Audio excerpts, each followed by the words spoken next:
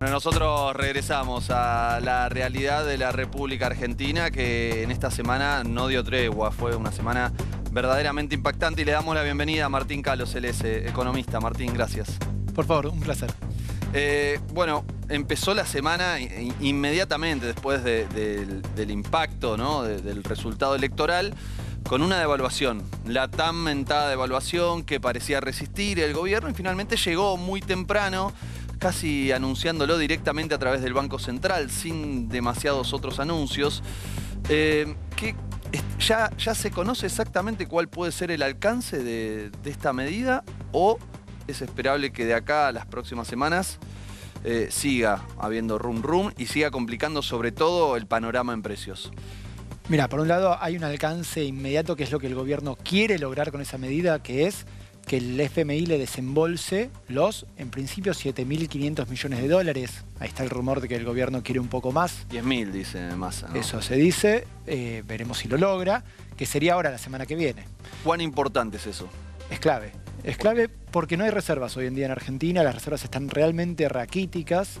Y entonces ese desembolso de 7.500 millones de dólares lo usás. El gobierno lo va a usar inmediatamente para devolverle algo a los que le prestaron en este mes, para que aguantara este mes, ¿no? Qatar y la CAF, el Banco de Desarrollo de América Latina. Un poquito los yuanes también, por ahí. Y recomponer reservas. Y recomponer reservas es clave para tener poder de fuego en caso de que el Banco Central necesite y decida intervenir. Sobre todo en los dólares paralelos. Viste que vimos estas semanas que podían estar subiendo un toque, y la verdad el Banco Central no tenía mucho con qué frenarlo. Esto en las próximas semanas, de cara a las elecciones generales, podría repetirse, y es importante que haya algo, una herramienta. O sea, para quienes nos están mirando en este momento, sepan que si llega ese fondo del Fondo Monetario Internacional, finalmente va a tener el Estado mayor capacidad de intervenir y frenar un poco la escalada de los dólares paralelos. De hecho, yo lo escuché a Sergio Massa esta semana, que dijo, va a llegar ese dinero y vamos a poder intervenir, porque no siempre te lo habilitan. Dijo, vamos a poder intervenir. Justo después de esa declaración, ya el dólar blue, bueno, detuvo, ¿no? el pico máximo 800, y finalmente bajó a 7.40, que sigue siendo muy alto, pero ya frenó ese curso de ascenso. Mira, por un lado te diría, yo siempre aclaro esto, el dólar blue es un mercado muy chico. Mirar eso es realmente ver, por supuesto que funciona para ver alguna expectativa, pero a la vez es ver algo que a veces, si uno pregunta, lo que me decían estas semanas en muchos lados era, che, no hay oferta, nadie está vendiendo. Entonces el que quiere comprar sube el precio, sube el precio, sube el precio, porque nadie le está vendiendo. Fíjate que aparecieron un par de vendedores y enseguida el precio cayó. Era un poco un movimiento de precio en un mercado tan chiquito que se movía con nada de demanda. Eso por un lado. Por el otro, sí, efectivamente también era lógico que se frenara.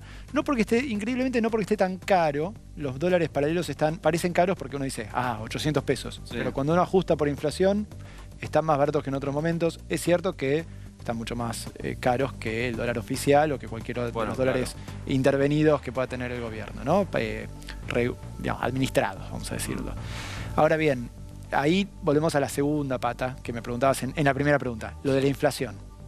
Si bien la devaluación fue porque el FMI te lo exigía para desembolsarte estos miles de millones de dólares, 7.500 millones de dólares o más, que te debería estar dando la próxima semana, el problema que tenés obviamente es que no soluciona ningún problema de la economía. Esto es una medida que pide el FMI por su ideología, por su recetario, pero no soluciona problemas de la economía y sí acelera. En algún sentido aflojar la presión sobre las reservas del Banco Central. De hecho, volvió a comprar el Banco Central. Sí, pero es tan corto que fíjate el precio que vas a pagar, un aumento de precios muy grande, porque ese 22% de devaluación muy rápido se trasladó a muchas listas de precios, muy rápido se trasladó a cierta incertidumbre entre quienes tienen que traer insumos de afuera y están muy complicados. Estas semanas vimos un parate todavía mayor que lo que veníamos acostumbrados en las autorizaciones de importaciones o de pagos de importaciones, y eso está complicando mucho el entramado productivo, en particular la industria nacional.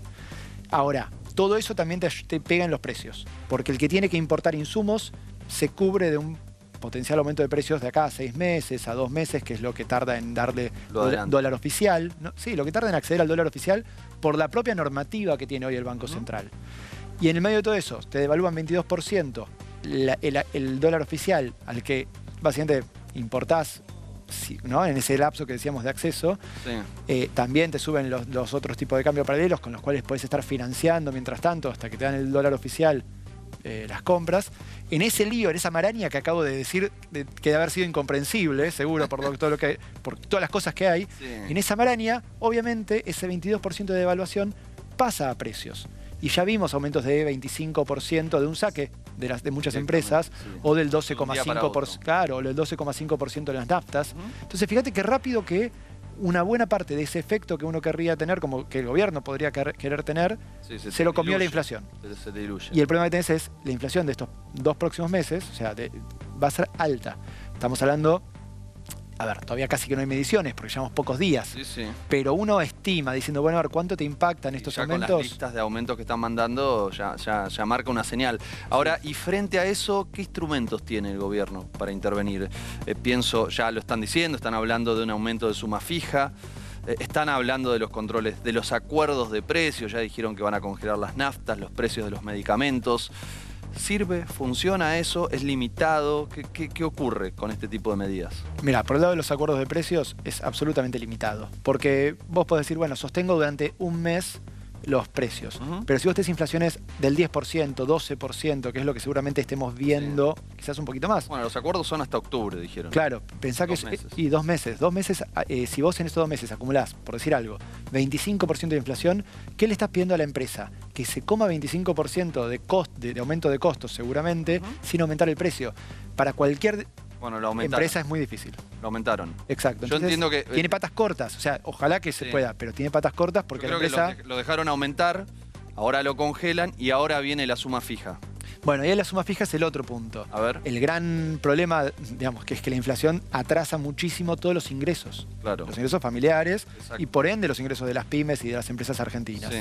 Pero en las familias venimos viendo, desde 2016, esto empezó el primer año ya de Macri, una caída en el salario real tan abrupta, hemos perdido, en general uno puede decir 30% del poder adquisitivo del salario desde 2016 a hoy, y que no se recupere y que ahora vuelva a aumentar. Y seguramente entonces tenés a los sindicatos pidiendo que se Sí. actualicen, Ya salió ¿no? bancarios, salió camioneros a pedir que reabran las paritarias. Sí, o alguna cláusula gatillo. Los Ya se pocos que empezó a la hablar esto tuvieron. de la suma fija. Exacto, y la suma fija es una buena medida en el sentido de que al menos a Sí. toda la base de la pirámide de ingresos les levantás, ¿no? En una proporción interesante el ingreso del mes, pero de vuelta, es algo que se vuelve poco sustentable en la medida en la que la inflación se acelera. Es urgente hacer ese tipo de ayuda, Sí. necesitas que la gente, bueno, llegue a fin de mes, tenemos niveles de pobreza y de indigencia demasiado altos, y sobre todo entre los niños y niñas, ¿no? Más de la mitad de los niños, niñas y adolescentes de la Argentina hoy y hace muchos años se están creando en condiciones de pobreza, lo cual como sociedad nos debería alarmar muchísimo. Sí, debería ser el problema número uno. Totalmente. Antes que cualquier otra cosa. Pero tenés, fíjate, los problemas así, estructurales de largo plazo como este, y los problemas inmediatos de, che, cómo frenamos el dólar, la inflación del mes que viene. El problema que tenemos al final de cuentas es que tenés un gobierno que tiene 4 meses por delante, Sí. en 4 meses no puede tomar medidas de fondo, y todavía no tenemos ni idea, no solo de quién va a ser el próximo o la próxima presidente, sino de para dónde puede ir su política. Tenemos una disparidad entre esos principales 3 candidatos, ¿no?, que quedaron de las PASO. Una disparidad tan grande, una heterogeneidad tan grande en lo que proponen, que realmente uno no sabe para dónde va a salir disparada la política económica a partir de diciembre, y eso pone muchísima incertidumbre, y ahí tenés encima que eso te retroalimenta la demanda de dólares, el aumento preventivo de algunos precios por parte de algunas empresas que pueden hacerlo. Digo, mucha incertidumbre que te pega hoy en todavía... ¿En los precios eso también pega? Sí, sin duda, porque la empresa que tiene que fijar precios hoy, y por ejemplo le dicen, bueno, por 1 mes y medio, 2 meses lo tenés que congelar, o le dicen, hoy importá y el dólar oficial te lo voy a dar dentro de 90 días, por decirte algo. Esa empresa ya está en los 90 días, ya sabe que es otro gobierno, básicamente. Claro. ¿O no? No se sabe. Totalmente. Pero que es otro gobierno seguro porque Massa Hay no es... dos posibilidades de 3 de que sí. Sí, y Massa también sería un presidente nuevo. Sí. ¿no? Entonces... Pero bueno, ya hay un rumbo marcado. Hay por lo menos algunas ideas de lo que... Seguro. No es que todo es sorpresivo, pero a la vez Massa, con 4 años por delante y otro poder y una renovación de un poder político, también puede tomar medidas muy distintas de las que puede tomar hoy. Hoy como ministro, que además es candidato, pero que como ministro solo le quedan 4 meses, sí. Hay muchas cosas que no puede ni pensar en hacer, justamente por esto que te decía, no hay plazo. Vos no podés empezar hoy un plan de estabilización de la Argentina. Porque imagínate que cambiara el gobierno, ¿no? Que no fuera Massa luego el presidente. Empezó un plan de estabilización con el costo que tiene eso siempre en el corto plazo, para que después venga alguno de los demás y empiece otra cosa, claro, que también va a tener un costo en el corto plazo. Como sociedad necesitamos, de alguna manera, una conducción política y después, obviamente, construir consensos, políticas de Estado, que es algo que siempre cuesta y nunca logramos. Pero eso en un punto lo tiene que empezar el próximo gobierno a esta altura. No hay que, digamos, este está aguantando con parches. Pareciera que está como entre medio de 2 presiones muy fuertes. Una es la del Fondo Monetario Internacional, ahí como a punto de darle el dinero, sí, no, 7.500, 10.000, ya es un tema que viene de hace tiempo. Y al mismo tiempo la presión local de grupos financieros, de grupos económicos que fijan precios.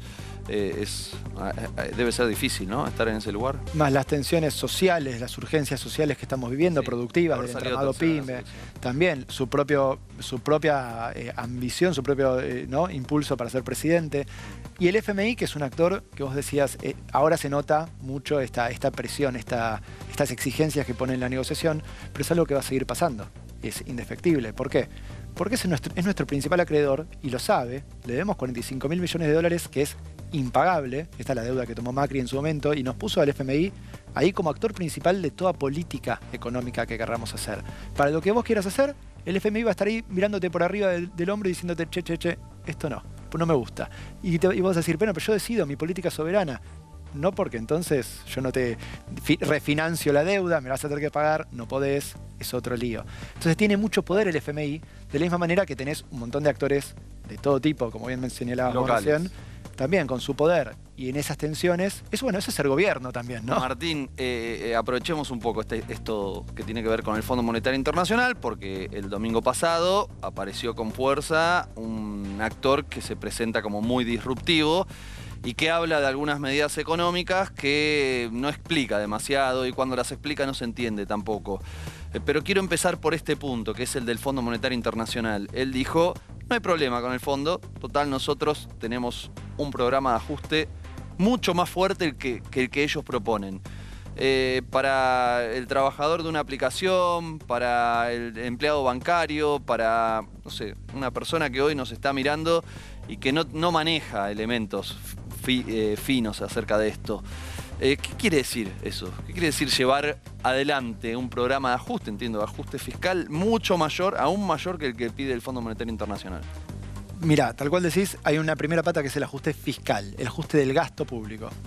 Parten de la premisa de es un gasto que se financia con muchos impuestos, lo cual por supuesto que es entendible, ¿sí?, a las empresas y a las personas a las empresas en general.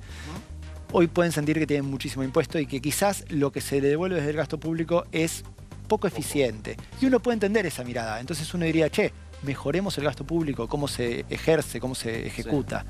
Ahora hay que entender que más de la mitad del gasto público en Argentina hoy, del Estado Nacional, son jubilaciones.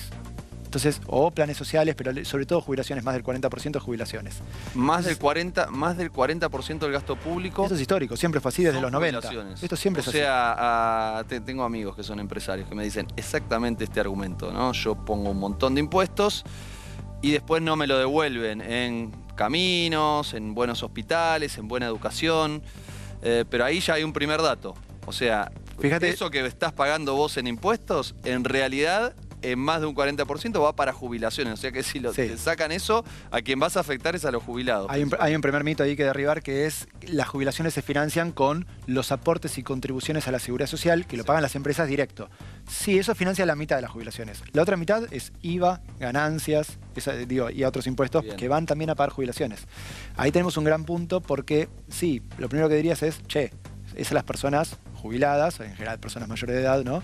Las primeras que van a sufrir. O sea que después, un fuerte ajuste, un fuerte ajuste del gasto público, tal como propone Milei, podría llevar a un recorte de las jubilaciones. Es el principal gasto del Estado Nacional por mucho, siempre. Siempre. Esto no depende de decisiones del Estado, de cada gobierno. No es de este gobierno, ni del anterior, ni siempre. Y eso pese a todo lo que han perdido las jubilaciones en estos años. Porque la ley de movilidad jubilatoria aprobada en 2017 hace que vayan corriendo de atrás a la inflación, que se acelera.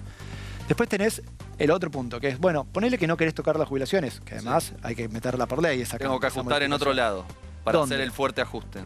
Los empresarios con los que hablas, yo también, generalmente te dicen, bueno, me falta obra pública, me faltan caminos. Obra pública es lo primero que te van a ajustar. Olvídate. Ahí no tenés mucho, ¿eh?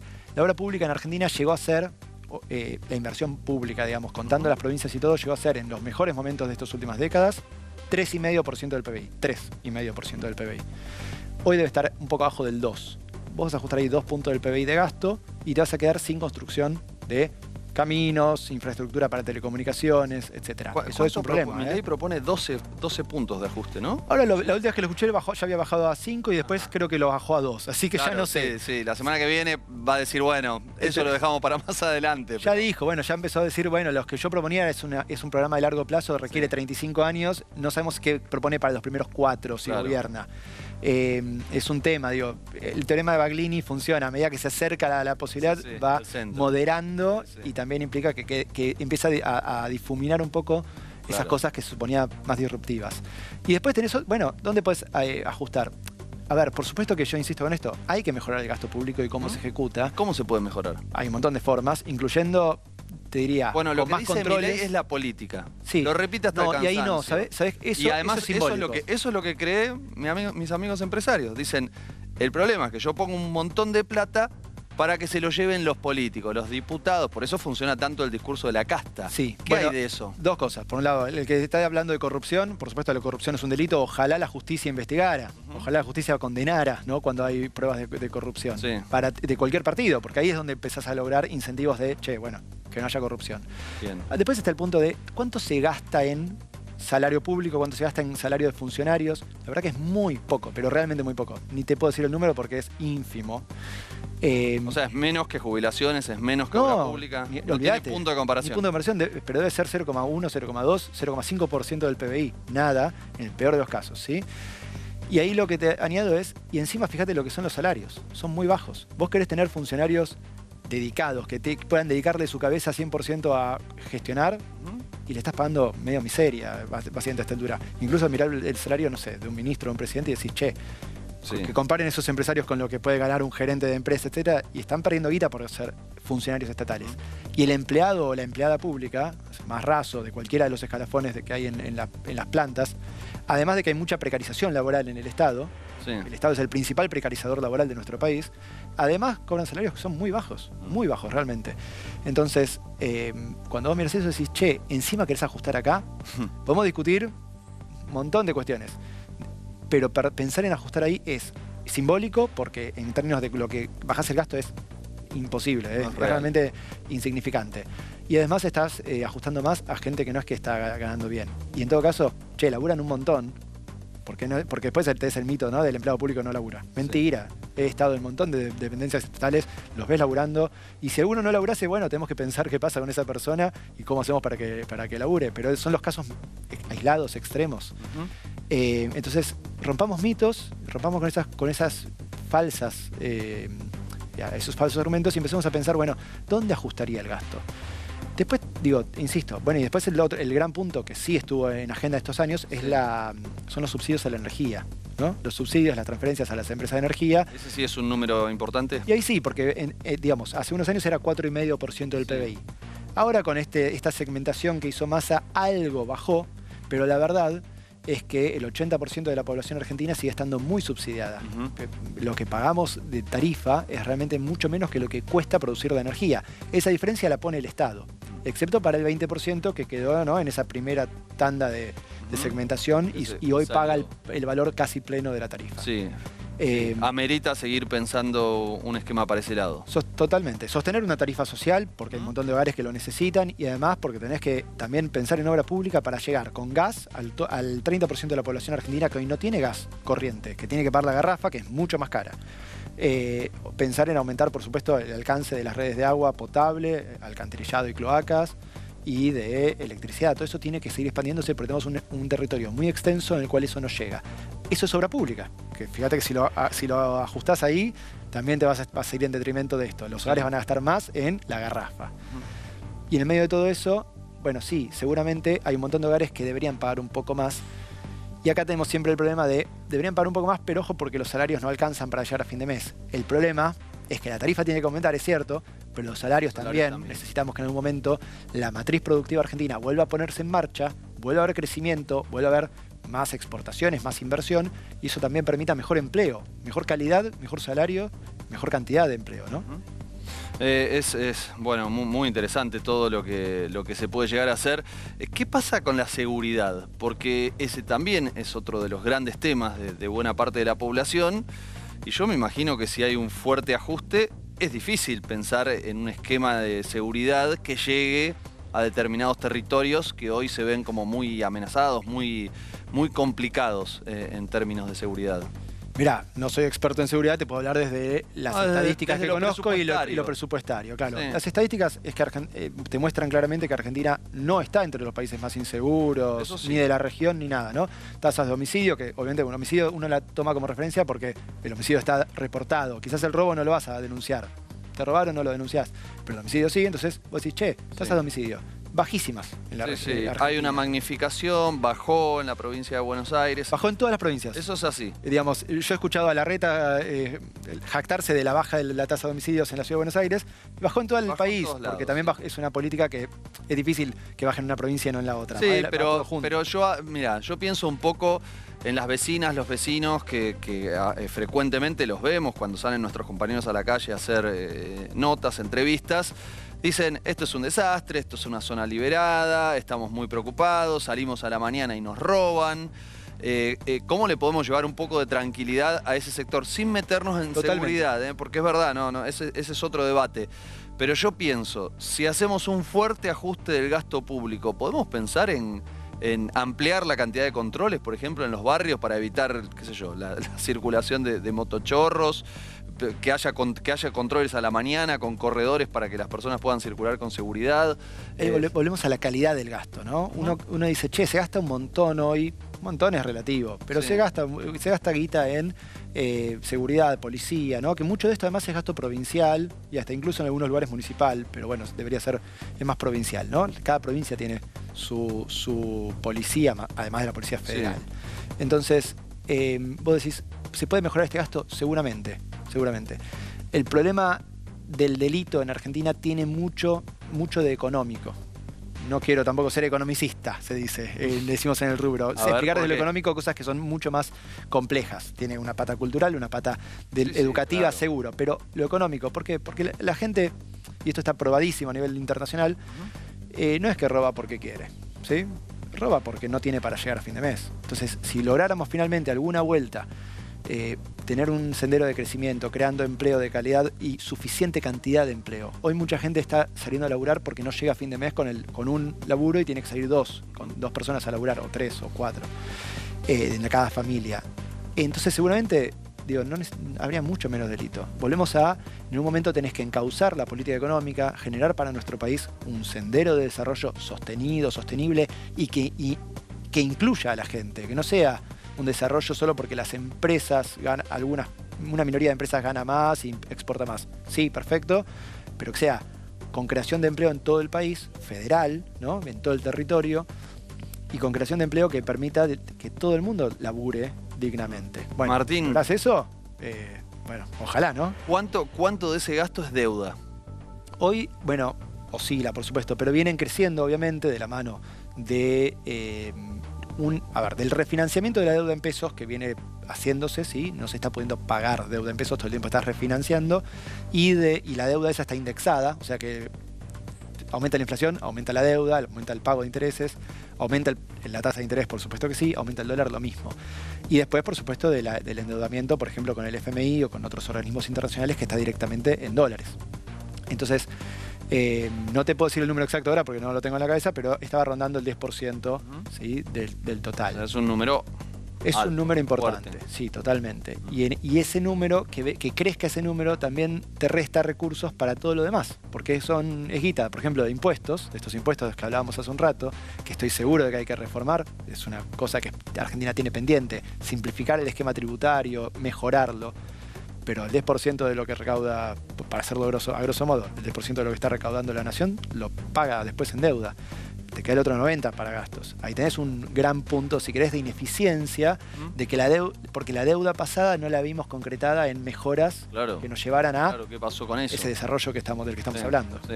Bueno, y el otro gran tema que quiero conversar con vos, sin dudas, es la dolarización, que genera como una suerte de efecto esperanzador para muchas personas.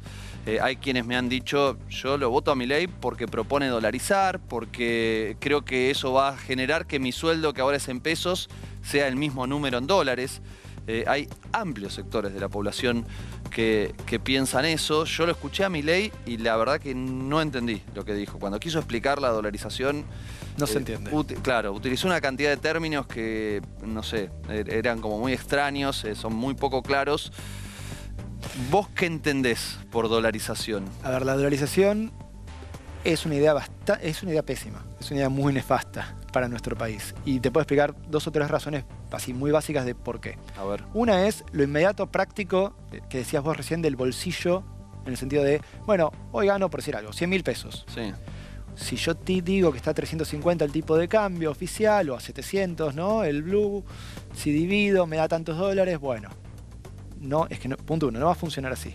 Porque la cantidad de pesos que hay en la economía, dolarizar significa que esos pesos desaparezcan y que todos usemos dólares. ¿Sí? ¿A qué tipo de cambio te van a convertir esos pesos? Cuando vas a llevar esos pesos a que te den dólares, ¿a qué tipo de cambio te los van a tomar? A 350 o 700 no alcanzan los dólares. Volvemos a lo que te decía en la primera pregunta. Los dólares que tenemos actualmente. No alcanza los dólares que tenés en el Banco Central, que son muy pocos, como lo decíamos al comienzo. No alcanza con esa deuda que quiere tomar o con los bonos que quiere vender Milei, que también. No alcanza si Argentina, si se cumpliera esta idea ya completamente mágica, que dicen algunos de los asesores de Milei, de que si asume Milei, vendrían 200.000 millones de dólares que los argentinos tenemos guardados en algún lado, en el colchón, en el exterior. Imagínate, ¿no? Tendría que venir. Eso no pasó nunca en la historia, ni con ninguno de los blanqueos que propuso Macri, ni con los que propuso ningún otro gobierno. Cristina, Alberto, todos hacen blanqueos y vienen, con suerte, en el mejor de los casos, una vez vinieron 16.000 millones de dólares. Fue todo. ¿Sí? Tampoco alcanza con eso. No, perdón, lejísimos. Entonces, ¿qué te va a pasar? Que cuando te quieran convertir, cuando vos vayas a convertir los pesos a dólares, te van a dar básicamente $1 cada 10.000 pesos. Ese es el número en serio que da la cuenta. $1 cada 10.000 pesos. Claro, entonces tus 100.000 pesos de ingreso. Yo cobro 100.000 pesos. Son $10. Yo voy a cobrar $10. Claro. ¿Qué significa esto? Que el punto uno, que es un empobrecimiento absoluto en el primer momento de los ingresos de todo el mundo. Lo segundo que implica es que no eliminaste la inflación, porque quedas tan abajo en precios del resto del mundo que lo que vas a tener es inflación en dólares. Claro. Esos dólares que vamos a estar ganando, los precios en dólares de la economía, a partir de ese momento imaginario que estamos diciendo, empezaría a aumentar, habría inflación en dólares. Entonces no eliminaste el problema de la inflación, hasta que no llegues al punto ese de donde estás con los mismos precios que el resto del mundo. O sea, imagínate, si arrancás de $10 de ingreso, te falta mucho, ¿no? Muchísimo. Y después hay otras 2 cosas que a mí me resultan preocupantes, que es, punto uno, es muy difícil volver atrás de una dolarización. Fíjate Ecuador, que cada tanto quiere y no entiende cómo. Ecuador es el país más grande del mundo que dolarizó. Después hay países mucho más chiquitos en África que han dolarizado, pero son muy chiquitos y todos tienen problemas enormes en términos de la economía que han desarrollado estos años. No es que son países que les ha ido bárbaro, solucionaron los problemas. Y además, o sea, y cuando han querido salir, no encontraron cómo. Es muy difícil. Y el último, que es creer que eliminando una herramienta de política solucionás problemas. Es una magia, es una solución mágica. Y ya deberíamos haber aprendido de que soluciones mágicas como cuando Macri prometía lo más sencillo que hay para hacer es bajar la inflación, o cuando Alberto Fernández dijo, con la plata de las LELIQ del Banco Central, la deuda del Banco Central, voy a pagar jubilaciones. Ninguna de las dos pudo pasar porque era una magia imposible. Milei está haciendo algo parecido. Y además de que es una solución mágica imposible, pensemos qué quiere decir esto sobre lo que pensamos como argentinos de nosotros mismos. Hemos equivocado hasta acá, y esto es claro, la política monetaria, la política cambiaria de los gobiernos últimos le ha pifiado mucho. ¿Sí? Ha sido un error tras otro. Pero entonces decimos, bueno, eliminemos la política monetaria de nuestras manos, entreguémosela a otro, porque no es no tener política monetaria. Si pasás a tener el dólar, la política monetaria la hace Estados Unidos. Claro. ¿Sí? El que emite los dólares y fija la tasa de interés en dólares. Vas a seguir teniendo política monetaria, pero no va a ser la que le convendría o quiere a Argentina, sino la que Estados Unidos quiere y le conviene para su población, su sociedad. Entonces, te atás a otra economía que tiene características completamente distintas, necesidades distintas, porque decís que vos no sos capaz de hacerlo bien. No que te equivocaste en el pasado, sino que nunca vas a poder ser capaz de hacerlo bien. Un poco es un argumento un poco infantilizante, ¿no? Sí, nos sí. trata un poco... Que nos subestimamos nosotros mismos. Nos subestimamos. Cuando es al revés, che, empecemos a hacer las cosas bien. Empecemos a ponernos de acuerdo en... ¿hay que bajar el déficit fiscal? Sí, urgente, porque hay que dejar de financiarlo con emisión que termina yendo a inflación. Entonces, decidamos qué cosas son importantes, qué gastos no son tan importantes, como por ejemplo podemos bajar el gasto que decíamos hace un rato en subsidios energéticos, hacerlo un poco más razonable, además también en términos ambientales, sociales, está bueno, ¿no? Que la tarifa de energía no sea tan barata. Sí. Y en el medio de todo eso vamos acomodando las cosas para que la política económica y la economía funcionen más normal. Pero eso no tiene soluciones mágicas, no podemos saltarnos pasos, hay que hacerlo con un programa de gobierno que vamos a ver quién, ¿no? Propone. Un programa de gobierno serio y responsable, además. Martín, la verdad que nos quedamos sin tiempo, pero extraordinario poder escucharte, entender lo que está pasando. Me parece que hay muchísima confusión, así que por eso es importante que estés aquí y que nos puedas explicar todo esto con esta paciencia que lo estás haciendo. Gracias. Un placer, gracias por la invitación.